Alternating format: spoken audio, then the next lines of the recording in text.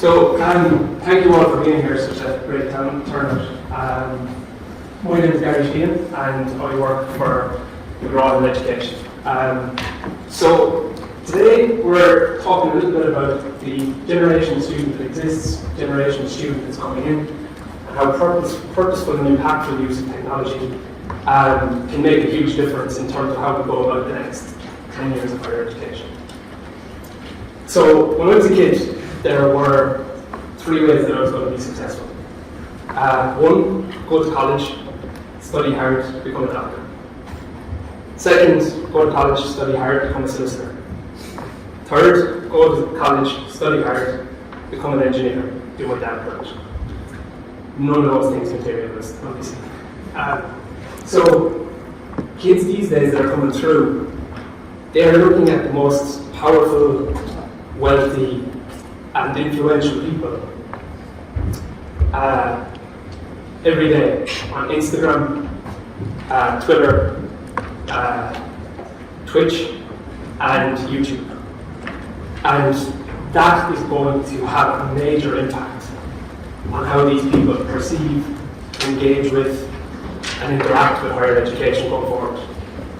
Just that alone, I could sit here all day and talk about all of the different ways it's going to change things. But that alone, psychologically, is going to have a major impact in terms of how they see it, how they perceive it, and how they tackle it. So, every year I speak to thousands of academics, heads of departments, module coordinators, about what they're doing, the challenges they're seeing, and the challenges they anticipate. And it's the insights from these conversations that I'm going to use to navigate through the next 6-7 minutes with you. So, you're all familiar with the document that looks something like this, course out. When I was in college, and it's gotten 100 times worse since, I guarantee you, I would have looked at this document and I would have ignored the first 2 pages. Certainly would have ignored the second part there, halfway down, talking about the different class delivery and self-study components. And I would have very firmly focused on these bits here. So what I'm looking at here is the deadlines, the dates where I need to check in, and the percentages associated with the activities that I'm going to have to engage with. I jot those down in my notebook. But everything else, I'll be lucky to have looked at the document initially. I have been at university 15 years. I guarantee you that that has accelerated and it's probably deteriorated even further since. And this is what we're hearing from instructors pretty much all the time. So, with that in mind, top students will read every inch of that course outline document. They will turn up to class, they will go to tutorials, they will go to seminars. They'll probably read your personal blog as well as an instructor.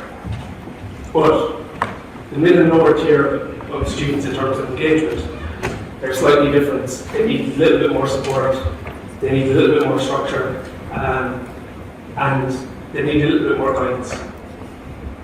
And I think it's time for everyone to be kind of pragmatic about this, look at the situation, look at what's coming, look at how much it's going to change again over the next 10 years. And I think there's a lot that we can do, particularly with the use of technology, to prepare ourselves for it. So, we talk about structure.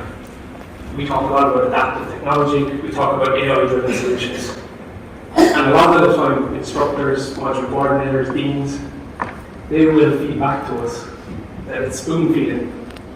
Seeing a piece of technology that does something that contributes to the ecosystem of a module, spoon feeding. And the thing that we hear very, very often is they're adults.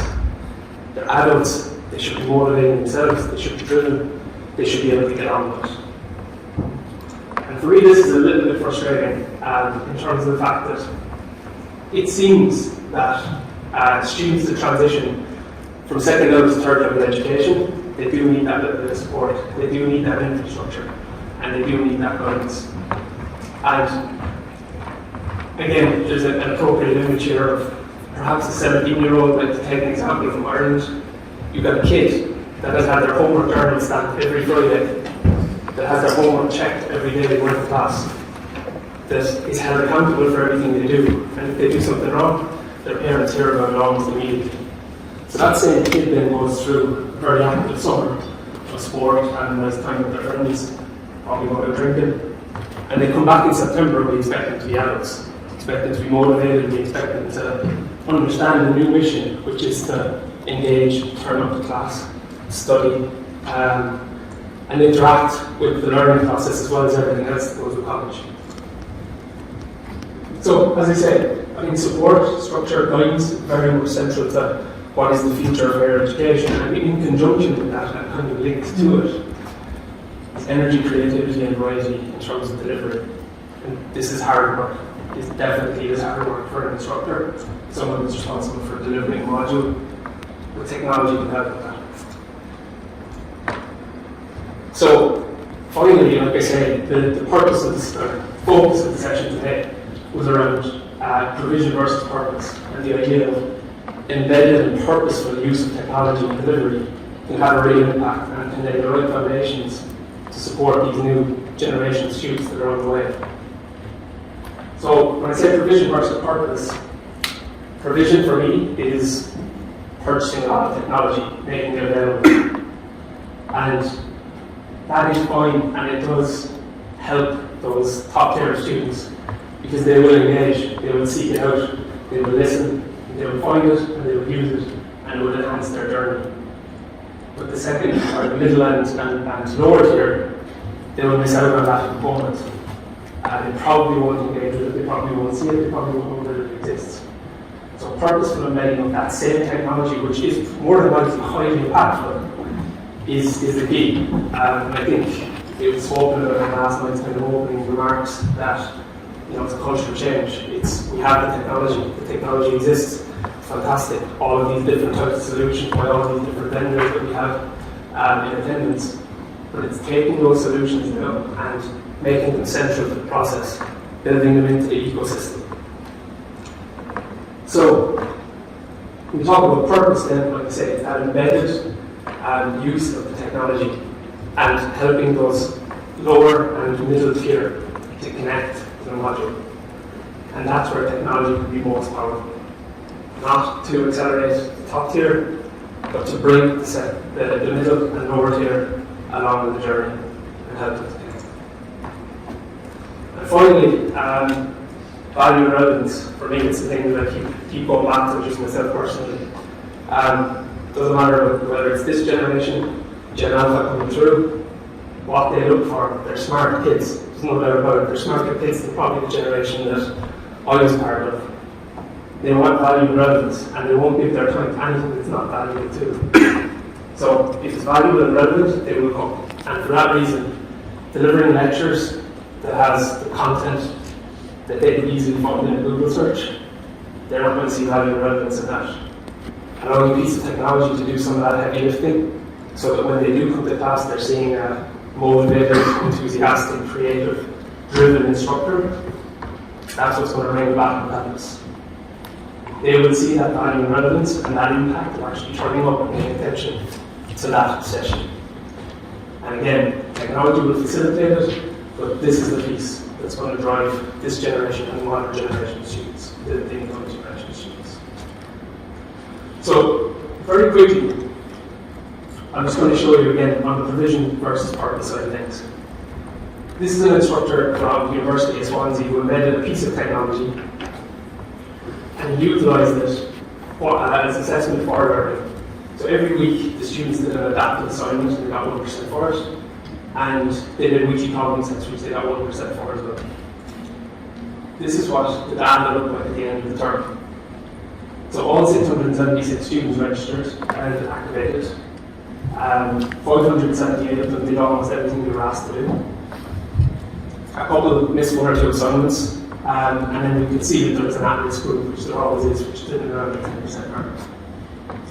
The interesting thing about this is the following term the instructor set a task for himself, just out of curiosity. What would this look like without any incentivization? Without any reason or justification for the students to engage with it? So the following year, he did exactly the same thing. He rolled out the same material, he did the same assignments, but he didn't incentivize them, but he did strongly encourage the students to engage. So he went to class every week. He said, listen, I'm looking at the data, it's not looking great. You need to start engaging, you need to start interacting with these materials. They're going to be really useful in your learning journey. This is what happened. So, just over half of the students actually activated the license, which they were getting for free, by the way. And yeah, you can see they just refused to engage. And this was really powerful, adaptive, interactive material that would have really benefited them in their overall process. Unfortunately, again, the vision person on this, these are just things that you tend to see. So again, just to finish off on my piece, provision can look like this, and I'm sure there's people in the room that will be able to add additional tools and resources and new technologies to this list, but things like adaptive reading assignments, ebooks, journal article analysis tools, simulations, AI-driven math solutions, they all exist, everything is there. But the culture has to change.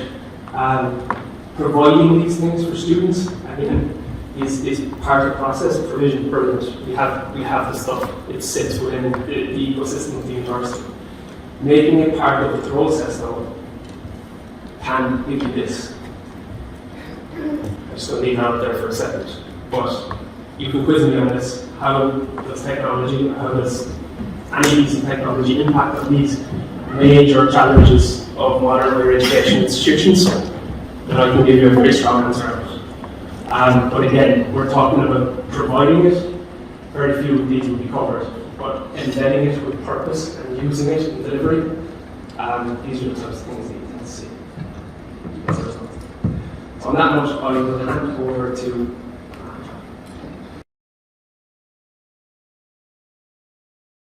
process that I have been using in the last 5 years to incorporate and to bring all of these engagement tools into my classroom. This is by no means something that will work for everybody, and it's by no means like the perfect recipe. It works for me teaching the statistics, which is a tool, to 450 first-year students in social science. It might not work for other disciplines, but I want us to look together at the process because I think this is where the value of it is. And let me start by telling you what are my key principles when I come to the class. First of all, I think that every single one of my students have the capacity to learn how to learn. Second, I don't want a single student to be left behind. Everybody comes to the class and everybody should be given the support and the structure that they need to engage in learning. Third, I want the students to have meaningful learning experience. I want to enjoy that process. And fourth, I want also to have fun while doing it and not be daunted and exhausted by all of the data and the margin and all of the things that academics we also have to do. Because apart from being a lecturer, I also have to do my research. So this is always a constraint that we have. And this is why I see the value of technology. Because in my lectures, what I do is I try to use technology as a tool that enables me not only to assess student performance, but to reward the effort that the students are putting together. And this is critical when we think about inclusion, because not all of the students learn exactly in the same way. And what I try to do is to formulate an assessment pattern that will give the students multiple opportunities to demonstrate their learnings.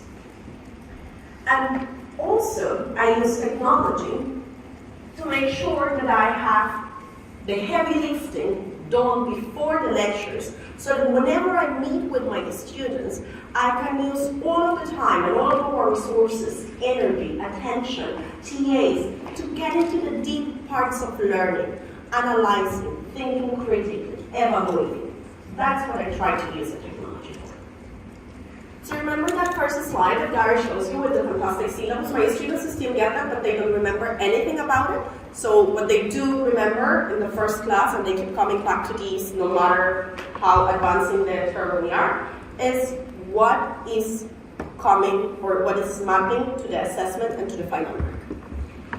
My students get 40% of their marks, which by the way is the passing mark from continuous assessment, and they get the other 60% from a final exam.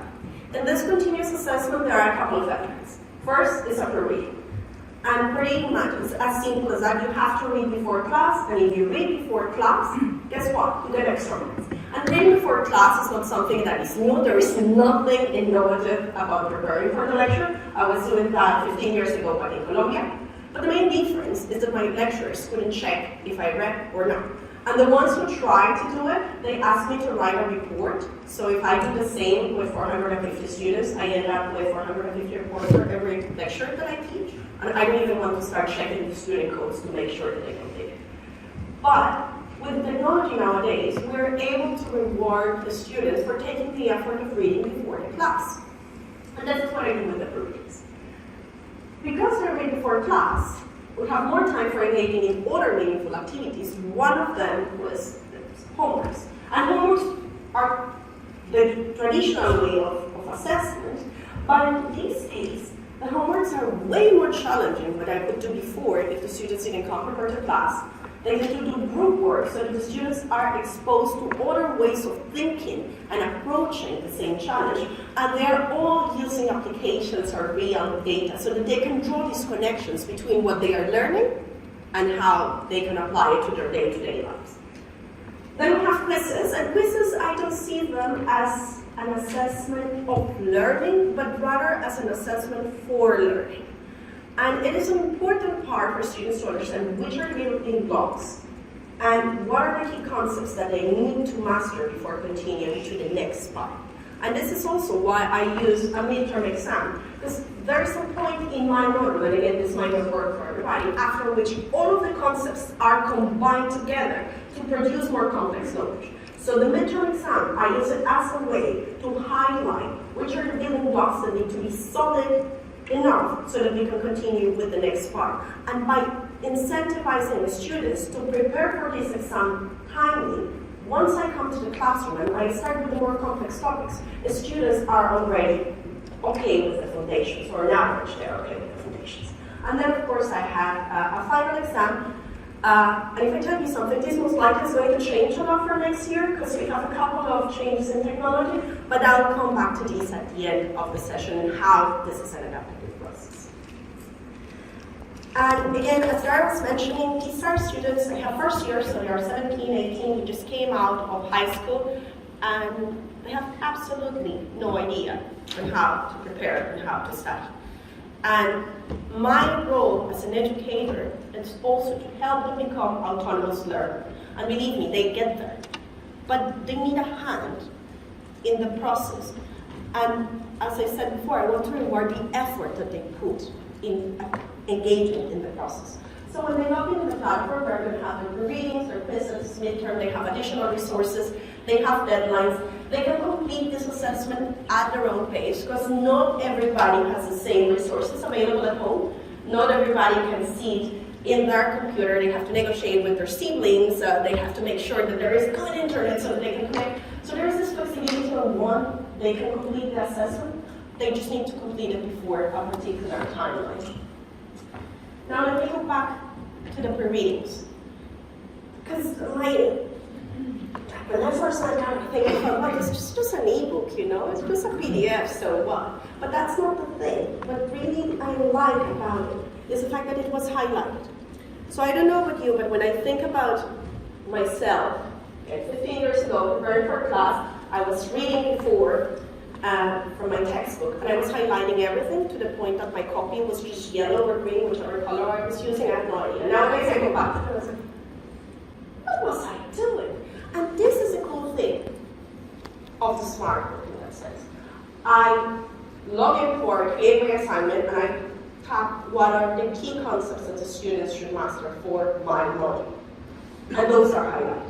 And of course you might be saying, Alejandra, well, guess what? If you just have to read, just click, click, click, click, click, go through the pages, and pre-reading done. So how that's meaningful for learning? Why are you rewarding the ability to click? But that's not only it. And the cool thing that technology allows us today is to allow the students to verify that they understand the concept. So there are a couple of questions or concept checks that they have to answer, just to make sure that everybody got the basics. If they complete it in 5 minutes, fantastic! That That means that they know the material, that they can come to the class and we can engage in more meaningful learning. If it took them half an hour, well, that means that that adjusts to their needs. That's okay. It's not about the time, it's not about it. It's about the ability of getting the basic concepts. Of course, we have other type of assessment, which are more like the quizzes and the midterms, in which we also want to make sure that it's not only the effort, but that the students can deliver the outcome that is going to be meaningful at the end. But it's also important for them to teach them to elaborate how they give their answers. So the first time I was doing online assessments, I was okay with only including the correct answer, which in my case of the statistics is a numerical answer. I found it just round to the third decimal, and that's it. And guess what? When I talked to the students, I said, well, I just make a mistake in replacing the number, and then I give the wrong answer, and that's why I have such a result.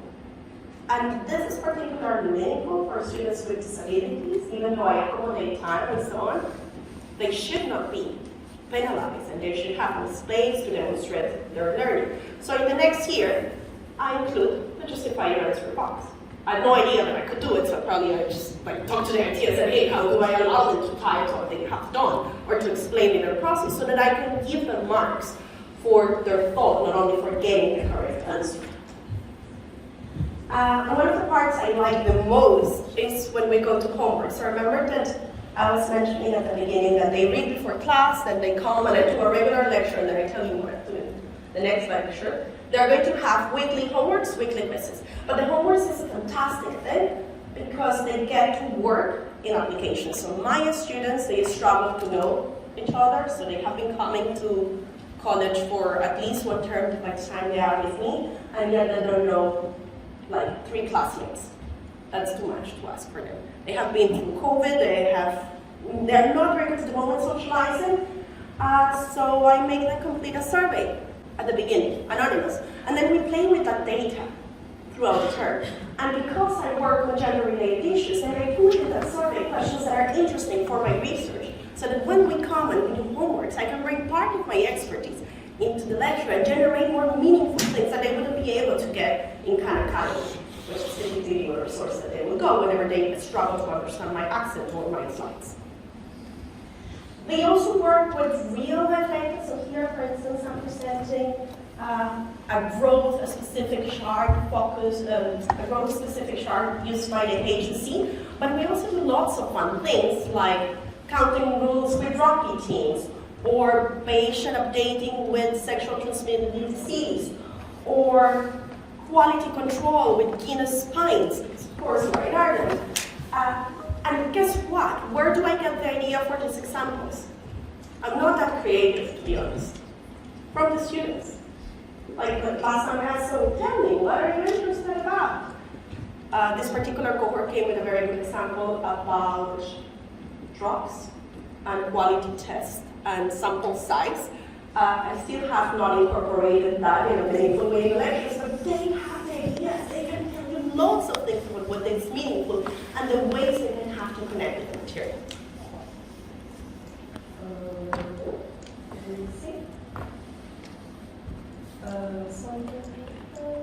Okay, good. Now this is the other part that I really, really like. And every week, the students read before the class, and then we come together and I do a regular lecture where we go through the concepts, voila. But then the next session, which is the fun part for me, is a flipped classroom. And in a flipped classroom, you need to imagine a theater for 450 students. I have 48, that's it, and at most one of them come to sessions because they have other teaching duties. And literally I present an example in my slides, and then I go, give it a try. And the students have some time to do to solve the example in class. Half of the time, you will see them like this. So my role basically is just saying, why don't you give it a try, or tell me how it's going when you answer it. Sometimes the students need that push, the importance of trying things and saying, it's okay if you get it wrong. You know, this is a safe space, there are no high stakes. There are other students that I see what they're doing, and we find out that they're struggling with a particular concept.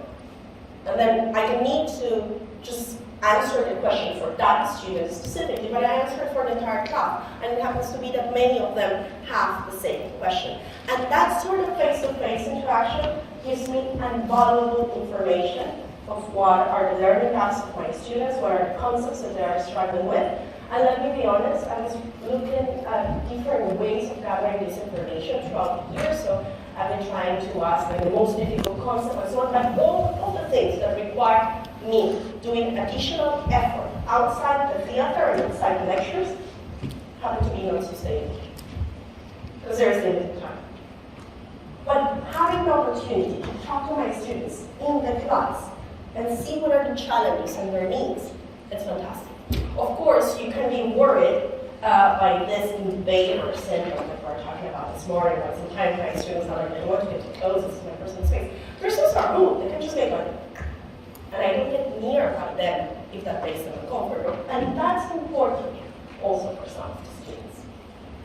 So I guess what I'm trying to show you here is that we can use technology as a tool to liberate resources to be allocated to more meaningful ways of learning, using that time to connect across concepts. That's something that no Khan Academy, maybe ChatGPT these days, but no Khan Academy could do, to generate links between the concepts and the applications. These are the things that are meaningful for them. What do I do with this thing that I'm learning? How do I apply it for the topics that are meaningful for me, but also for me as a lecturer connecting with the student? I have a fantastic opportunity to interact with incredibly smart kids that are giving their time to me. And it's a fantastic way of living everyday life, to get to talk to them. And generating experiences that are meaningful and also that are engaging for them. But one important disclosure, if you ask me, oh, this is great, did you have it from the first year? Of course not. Let me tell you how this final thing starts looking. So in the first year, I put them for readings. I have a flipped classroom. I also have a LEC, which is an artificial intelligence platform that was helping my students that are struggling with math. I did the feedback, and guess what the students told me?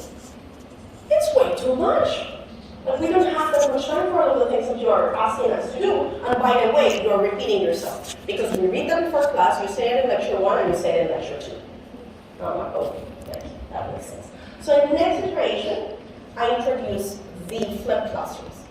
And understanding the examples that work with them required another iteration, but that worked. After the flipped classroom, it's okay, this is done.